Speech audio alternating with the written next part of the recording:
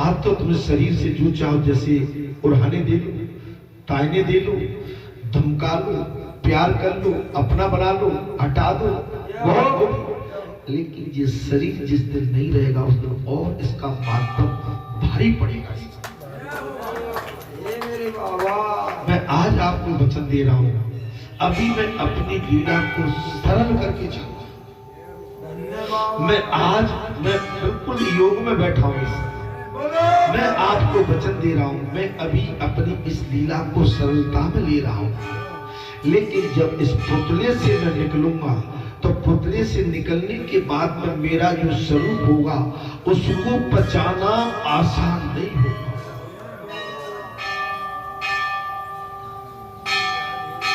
हे संतो महात्माओं, मैं बड़ी विनम्रता के साथ आपसे कह रहा हूं, जो मुझे जिस रूप में देखते हैं मैं उसके लिए वही रूप धारण कर देता हूं। जैसे प्रभु राघवेंद्र सरकार जब धनुष युग में पहुंचे थे, शत्रु शत्रुता से देख रहे थे, मित्र मित्रता से देख रहे थे, और भगत भगवान में देख रहे थे, और बेटी आशीर्वाद के लिए खड़ी थी, माताएं पुत्र के रूप में देख रही थी। मैंने सभी तरह से उनको वहां पर सांत्वना दी।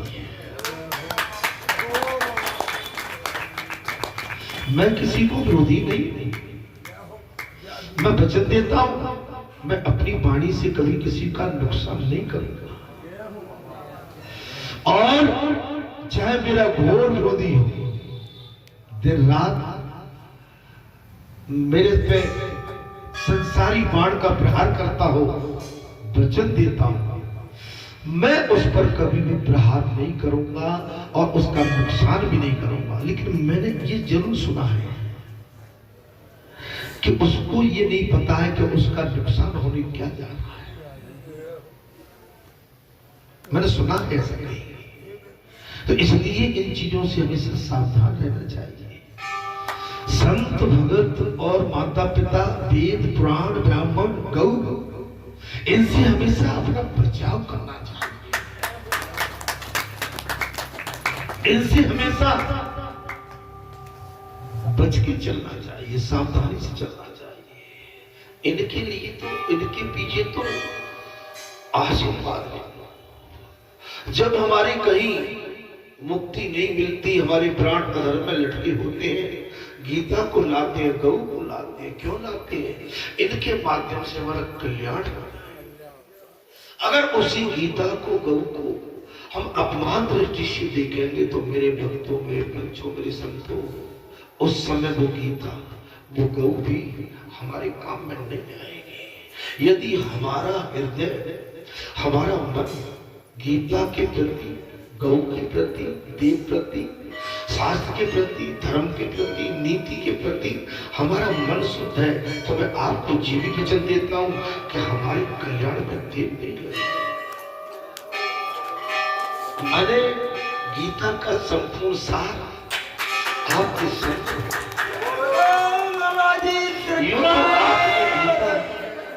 यो तो आपने गीता विद्वानों से सुनी होगी, लेकिन मैं तुम्हें साक्षात गीता का ज्ञान देता हूं।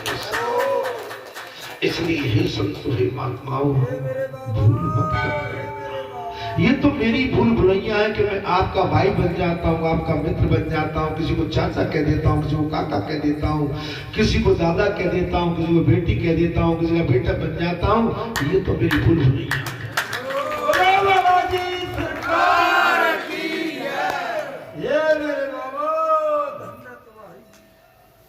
लेकिन मैंने आज अपना स्वरूप आपके सामने रखा है, ध्यान करना। ये तो अमर है। मैंने कहा ना, जब मैं इस शरीर से बाहर निकलूंगा तब इस समय इस स्थान को संभालना तुम्हारे लिए बहुत भारी पड़ जाएगा। मेरे बाबा, भारी से मतलब समझ रहे हो ना? मैं प्रत्यक्ष प्रमाण दूंगा तुम्हें उस समय हर चीज की। प्रत्यक्ष में प्रमाण दूंगा। लेकिन आज गद्दी पर मैं बैठा हुआ हूं, मैं प्रत्यक्ष प्रमाण तुम्हें नहीं दे सकता हूं कि तुम आके गद्दी पे रहोगे मेरे सामने। ये मेरी लीला है। लेकिन तुम फिर केवल पत्थर की मूर्ति के सामने रोते रह जाओ।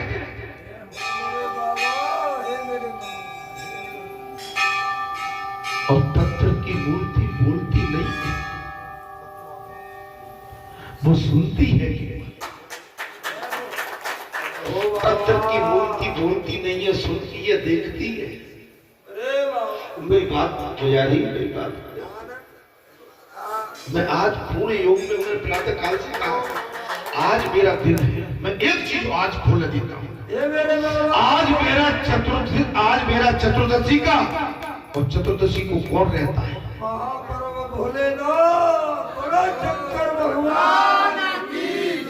आज मैंने अपना चोला भी बदल रखा है। मेरा वास्तविक चोला मेरा स्वरूप स्वयं। मैंने कोई पुतले के कहने से नहीं, ये स्वयं मेरी लीला है। शायद कई लंबे टाइम में तुमने मुझे आज इस स्वरूप हे संतों महात्माओं, मैं तुम्हें आशीष देता हूं, तुम्हारा कल्याण करूं। मेरी पीठ के दर्शन से, मेरे दर्शन मात्र से तुम्हारा कल्याण करूं। तुम्हें भटकने की जरूरत नहीं है, मैं तुम्हारे पापों को धो डालूंगा, बस मेरे बन के रहोगे।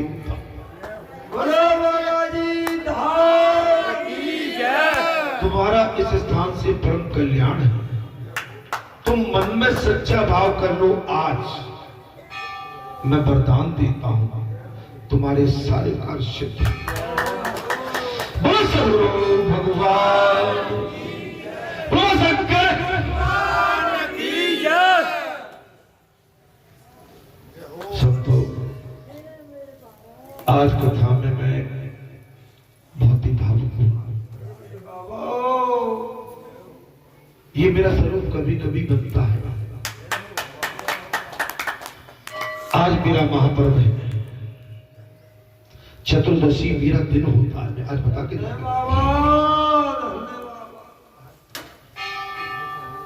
कल पूर्णिमा का दिन है और ठीक अगली चतुर्दशी को महापर्व आ रहा है। आप सभी इस महापर्व को कृपया करके धूमधाम से मनाएं। आपके लिए ये महापर्व मेरी सनातन भूमि का ये महापर्व अत्यंत कल्याणकारी। और एक चीज मैं और आपसे कहता हूं, मेरी भारत भूमि सदैव के लिए अमर रहे। मेरा भारत देश संपूर्ण राष्ट्रों में उसका प्रथम स्थान होगा।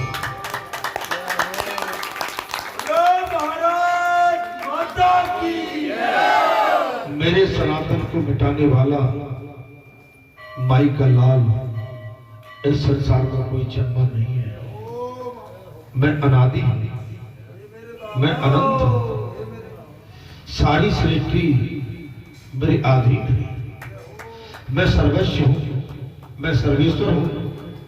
मैं सबके घट में, मैं सबके अंत में और सबके प्राणों में मैं ही तो विराजमान। सारी सृष्टि मुझसे ही तो चायवान है। हे मेरे अंशों, मैं तुम्हारा अंशी हूं। हे मेरे अंशों, मैं तुम्हारा अंशी हूं। मतलब मैं तुम्हारा नुकसान क्यों चाहूंगा? जिस अंश को मैंने पैदा किया है मैं कभी उसे मिटाऊंगा नहीं। हाँ, लेकिन मेरा अंश कहीं भटक जाएगा, मैं समझाने का प्रयास करूंगा, प्रेरणा देने का प्रयास करूंगा, सही मार्ग पर लाने का प्रयास करूंगा। और जब नहीं समझेगा तो फिर इसमें मेरा दोष नहीं है।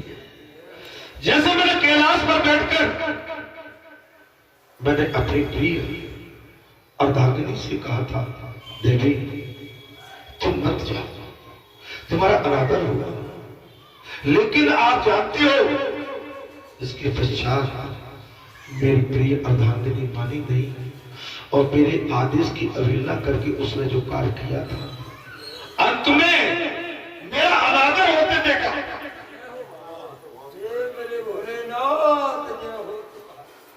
वो स्वाभिमानी थी, मेरे अंदर स्वाभिमान नहीं है, लेकिन उसने उसी यज्ञ में मेरा अनादर देखा। मेरा अनादर जो देख न सकी और योगिनी थी, योग माया से अग्नि प्रकट करके अपने शरीर का विध्वंस कर डाला। और इस तरह के किए हुए अंग सफल कम होते हैं। हे संतो महात्माओं, मैं कौन सी कथा सुनाऊं? मैं तुम्हें कहां की कथा सुनाऊं? मैं तुम्हें किस लोक को ले जाऊंगा? आज तुम मुझसे जो चाहो मैं जिस लोक की कथा सुना, तुम चाहो जिस तीर्थ में तुम्हें बिठा दूं, तुम चाहो जिस तीर्थ में ले जाके तुम्हारी गाथा गपा दूं। अरे वैसे तो मैंने तुम्हारे इस स्थान को ऊपर उठा के रख दिया, लेकिन मुझे जानो, मुझे पहचानो, मुझे समझने की कोशिश करो। ये सनातन का स्तंभ है। मेरा 11वें रुद्र में प्रकट होना, ये मेरा वास्तविक स्वरूप है। 11वें रुद्र में मेरा ये प्रकट होना, ये मेरा 11वां रुद्र है और ये मेरे धर्म का खंभा है। हे महात्माओं, मैं तुम्हें कहां तक समझाऊं? ये मेरा स्वरूप है। मैं हनुमान बना, लेकिन हनुमान भी मेरा ही स्वरूप है।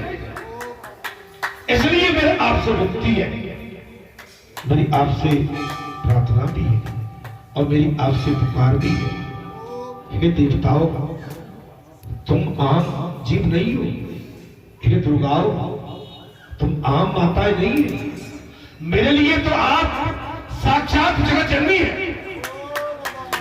हे महापुरुषों, हे सत्पुरुषों, हे देव पुरुषों, आप मेरे लिए साधारण मानव नहीं, आप मेरे लिए देव हैं।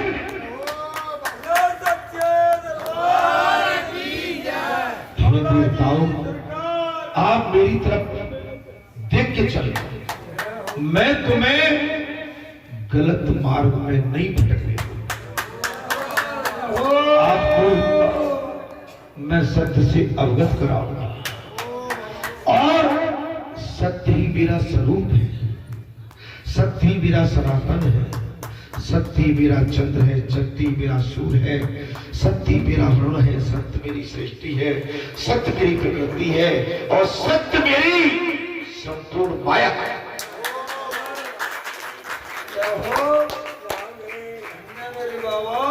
कहते पुरुषों महापुरुषों, मैं जिस कथा में चल रहा था, अगर आपकी अनुमति हो मैं उस कथा में पुनः आने का कोशिश करता हूँ और आपको सत्य का संदेश देने का पूरा प्रयास करता हूँ, क्योंकि सत्य ही सबसे बड़ा भगवान का स्वरूप है।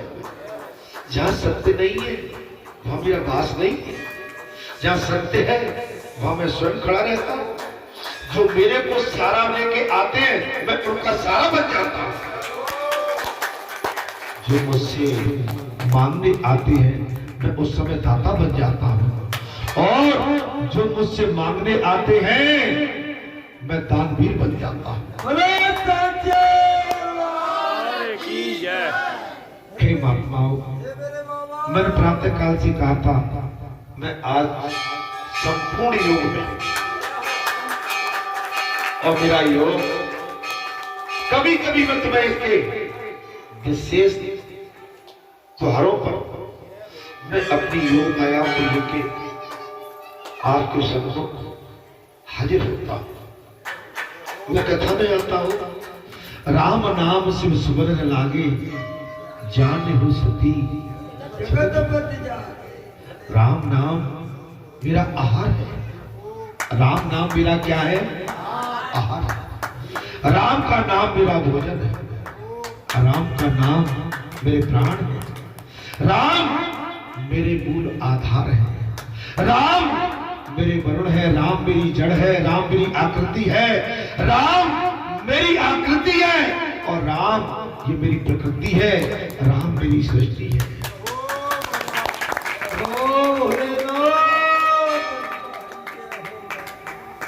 राम मैं हूं और राम मैं, इसलिए ये संतो महात्माओं, आप अपने भाग्य की सराहना करें, आप अपने भाग्यों की सराहना कीजिए। मुझे मेला लगाना होता, मैं रोड पर नहीं भटकता हूं, मैं ठोर पर रहता।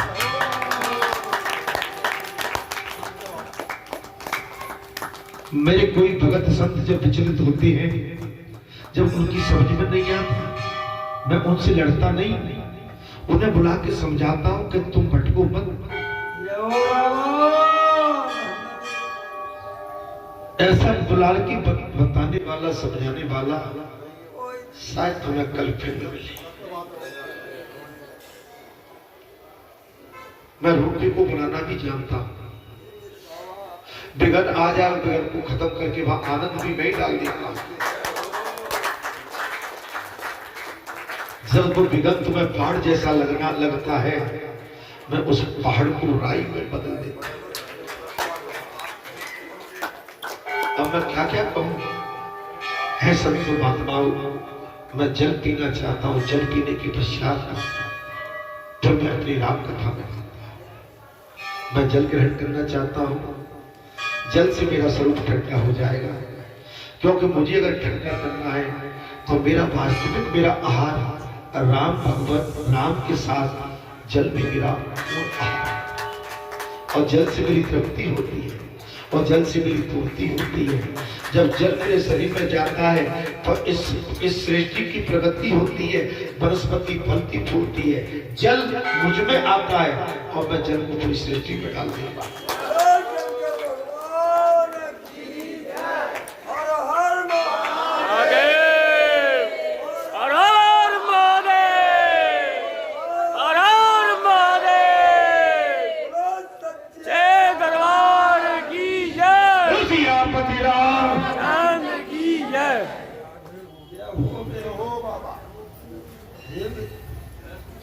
भगवत कृपा।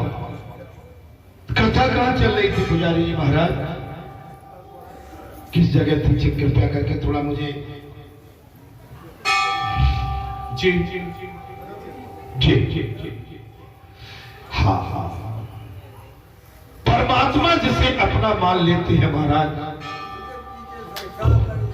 उसके पीछे संसार अर्थात महाराज राजा की आंखों से आनंद के अश्रु बह रहे हैं। कब तो गुरु जी तपस्या करके लौटे हैं, कब जब गुरु जी भगवान की तपस्या करके और उनके दर्शन करके लौटे हैं, तब महाराज कहां है मेरा ध्रुव? कहां है मेरा ध्रुव? वो राजा जो अपने बेटे को अपनी महारानी सुरुचि के भय के कारण अपनी गोद में उठाने के लिए तैयार नहीं था, वो राजा आज माने निर्भय होके, भगवत कृपा जब होती है, अपनी महारानी का भी भय न मानते हुए और भगवत दर्शन किए हुए अपने लाडले ध्रुव के लिए, उनके दर्शन के लिए दौड़ पड़े और कहने लगे, कहां है मेरा बेटा ध्रुव?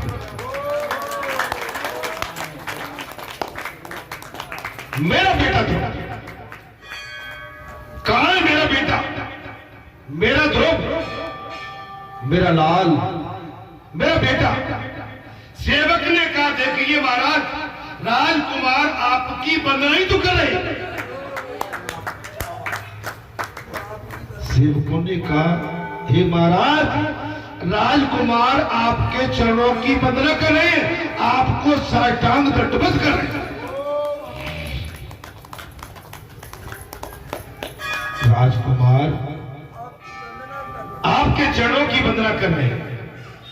तो राजा ने बालक को गले लगाकर कहा, मैं बंदर के लिए अपात्र हूं। हे मेरे बेटा, मैं इसके योग्य नहीं। मैंने तेरा तिरस्कार किया है, तेरा अपमान किया है, मैंने अपनी गोदी में बैठने का अधिकार नहीं दिया, मैं तेरा अपराधी हूं। हे मेरे बेटा, मैं अपात्र हूं। सुखदेव जी ने वर्णन करते हुए कहा, उस समय परमानंद की वर्षा हो रही।